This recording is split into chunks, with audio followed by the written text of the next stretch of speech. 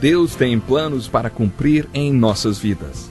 Essa é a mensagem de toda a Bíblia e é isso mesmo que estamos estudando aqui no Encontro com a Palavra, escrito pelo pastor Dick Woodward e narrado pelo pastor Edson Bruno. Fique atento a mais um programa que o Ministério Cooperativo Internacional leva a você. Com você agora, pastor Edson Bruno.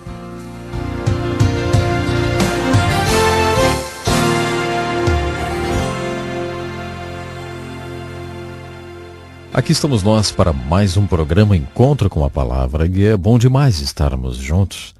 Continuando o nosso estudo no livro de Êxodo, gostaria de abordar agora o povo, o problema e o profeta. Esse foi o ponto em que paramos em nosso estudo do livro de Êxodo. No livro de Êxodo percebemos o desenvolvimento do povo de Deus, um povo especial, e também vemos claramente o grande problema que eles tinham, que era o problema da escravidão e a amarga servidão ao Egito.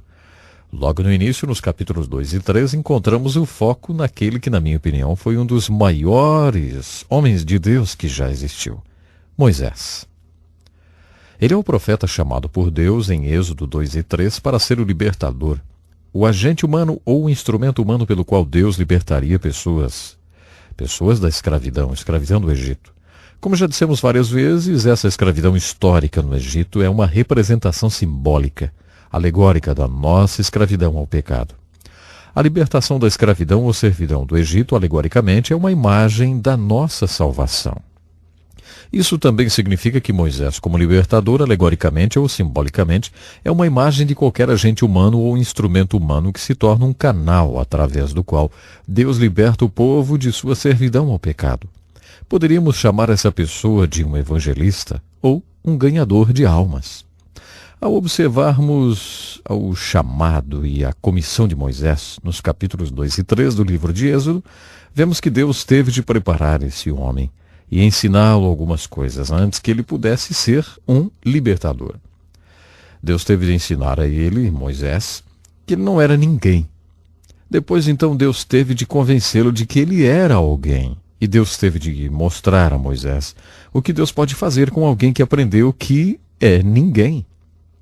Acima de tudo, há 4 segredos espirituais que Deus teve de compartilhar com Moisés para capacitá-lo a se tornar o libertador dos filhos de Israel.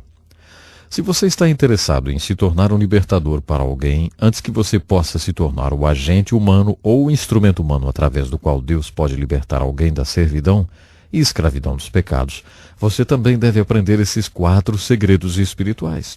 Eu não poderia atuar como um ministro e não poderia agir como um crente se não conhecesse esses 4 segredos espirituais. E também preciso ser lembrado deles frequentemente.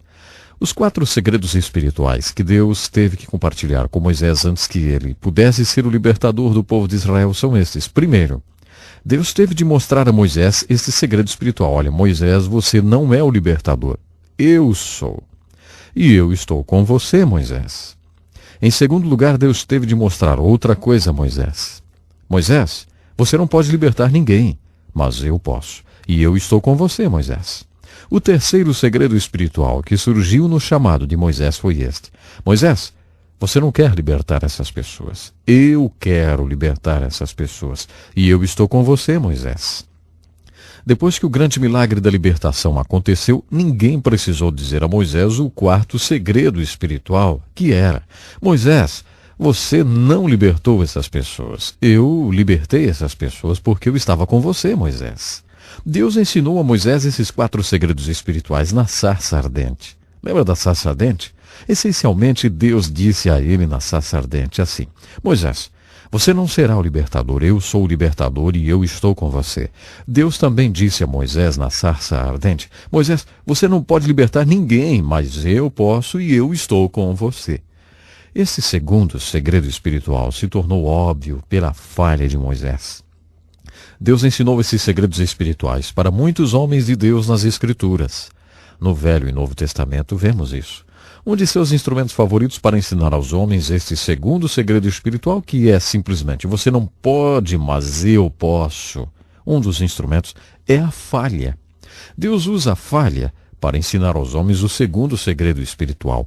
O fato de Moisés ter tentado e falhado tornou fácil para Deus compartilhar este segundo segredo espiritual com ele. O terceiro segredo espiritual pode ser descrito assim: Moisés, você não quer libertar esse povo? Eu quero libertar esse povo e eu estou com você. O povo de Deus nas Escrituras é muito honesto quanto a isso. O povo de Deus, na palavra, chamado para fazer grandes obras, quase sempre dizia, eu não quero. Mas então Deus dizia, eu quero, então vamos lá, eu estou com vocês. Não é o que vocês são, é o que eu sou e eu estou com vocês. Não é o que vocês podem fazer, é o que eu posso fazer e eu estou com vocês. E não é o que vocês querem, é o que eu quero e eu estou com vocês. Moisés realmente não queria. Moisés fez 5 objeções quando Deus o comissionou. Você pode encontrar essas objeções registradas nos primeiros capítulos do Êxodo. Sua primeira objeção foi, quem sou eu? Por que você escolheu alguém como eu? Conforme sugerimos em nosso último programa, Moisés tinha um monte de objeções a fazer. Ele era o inimigo público número 1, um assassino, um hebreu, um pastor de ovelhas, um filho adotivo ingrato. E parece que ele era um homem com problemas na fala. Sua quinta objeção foi que ele não podia se expressar bem. Isso pode significar que ele não se achava uma pessoa bem articulada ou eloquente. Ou talvez ele tivesse um problema na fala. Talvez ele gaguejasse ou tivesse a língua presa. Parece óbvio ao olharmos a primeira objeção de Moisés. Quem sou eu? E Moisés era um homem que Deus estava escolhendo e Deus sabia que ele tinha todos esses problemas. Talvez essa seja a razão pela qual Deus o estava escolhendo. Veja bem, Deus queria deixar óbvio que essa libertação, quando acontecesse, seria o resultado do seu próprio poder e não o carisma de qualquer homem. É por isso que ele quis que um hebreu, um pastor de ovelhas, talvez um homem com a língua presa, fosse até a presença de Faraó e exigisse a libertação de seu povo. Quando o seu povo fosse libertado, Deus não queria que ninguém dissesse assim, ei, foi aquele Moisés, ele era tão eloquente. Eu estava lá quando ele exigiu a libertação do povo, foi incrível. A segunda objeção feita por Moisés foi esta, eles me farão perguntas que não saberei responder. Ele pode ter se referido aqui aos anciãos hebreus, aos quais ele teria de se apresentar como libertador enviado por Deus. Eles me farão perguntas que não saberei responder. Fico imaginando você, quando pensar em compartilhar a sua fé com outra pessoa, se vai fazer as mesmas objeções a Deus. Quem sou eu, Deus? Eu não sou um pregador. Por que tenho de compartilhar minha fé com alguém? Depois disso, geralmente vem outra objeção. Eles vão me fazer perguntas teológicas que eu não sei responder. É interessante que quando Moisés fez sua primeira objeção, quem sou eu? Deus disse, você é o homem que eu estou escolhendo e você tem a mim com você. Este é quem você é. E quando ele fez a outra objeção, eles me farão perguntas que não saberei responder. Deus disse, você não terá de responder a essas perguntas. Diga a eles que eu sou e que eu te enviei. Isso é tudo que você tem de dizer. Não se deixe apanhar pelos argumentos deles e nem tente responder as perguntas. Isso que Deus disse. A outra objeção de Moisés foi, eles não vão acreditar em mim, eles nunca acreditarão em mim. Nesse ponto, Deus lhe deu uma pequena lição. Deus pediu a Moisés que colocasse a mão dentro da roupa e depois tirasse. Quando ele tirou a mão para fora, estava coberta de feridas. Deus o mandou fazer a mesma coisa novamente e a mão de Moisés voltou ao normal. Então Deus disse, o que é isso na sua mão? E Moisés disse, um cajado. E Deus disse, jogue fora. Quando Moisés jogou o cajado ao chão, ele se transformou em algo que Deus usou poderosamente ao longo de todo o ministério de Moisés, uma serpente. A definição de consagração é jogar fora, simbolicamente. Deus estava dizendo a Moisés, quando o povo ao qual estou te enviando vir a consagração, quando eles virem os milagres, as evidências de que você é consagrado e que eu estou com você, eles acreditarão em você. Não se preocupe com isso, eles acreditarão em você, Deus disse. Então Moisés disse, bem, eu tenho esse problema na fala, porque você está pedindo alguém como eu para ir lá e exigir do faraó a libertação? Talvez ele tenha pensado, você conhece Arão. Ele fala muito bem. É claro que Deus sabia que Arão falava muito bem, mas se Deus quisesse Arão, ele teria chamado Arão. E foi aqui que Deus levantou uma grande questão. Ele disse: eu fiz a sua boca, não é mesmo, Moisés? Quem faz as pessoas surdas ou cegas? Não sou eu, o Senhor? Isso é difícil para algumas pessoas aceitarem. Acho que o que Deus estava dizendo novamente era a mesma lição que vimos na vida de José. A dinâmica de sua vida é traçada por Deus.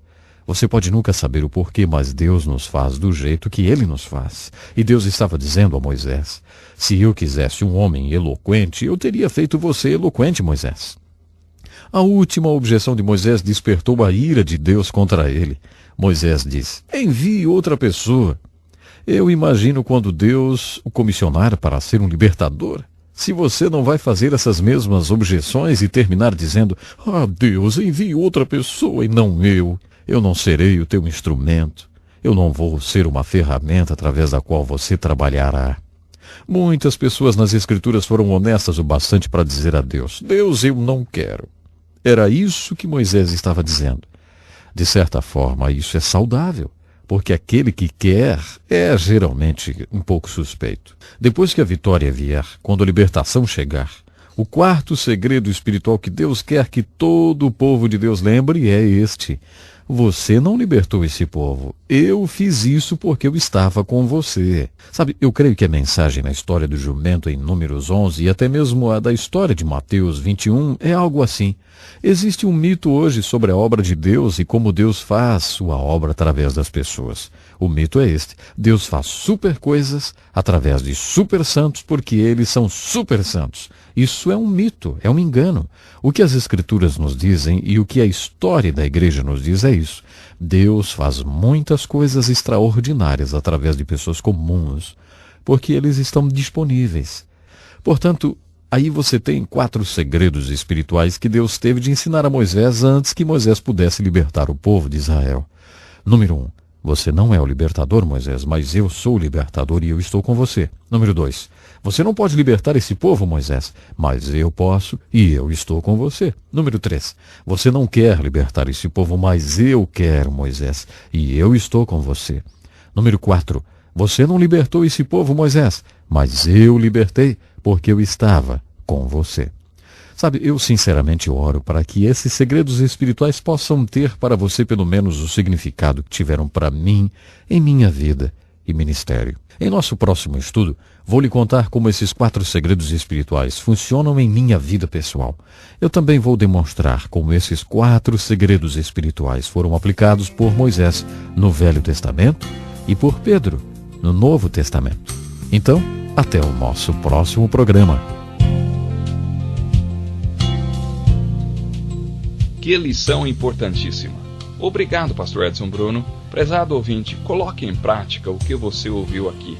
Sem dúvida, sua vida será grandemente abençoada. Este é um estudo escrito pelo Dr. Dick Woodward, na voz do pastor Edson Bruno. Escreva-nos e solicite o material.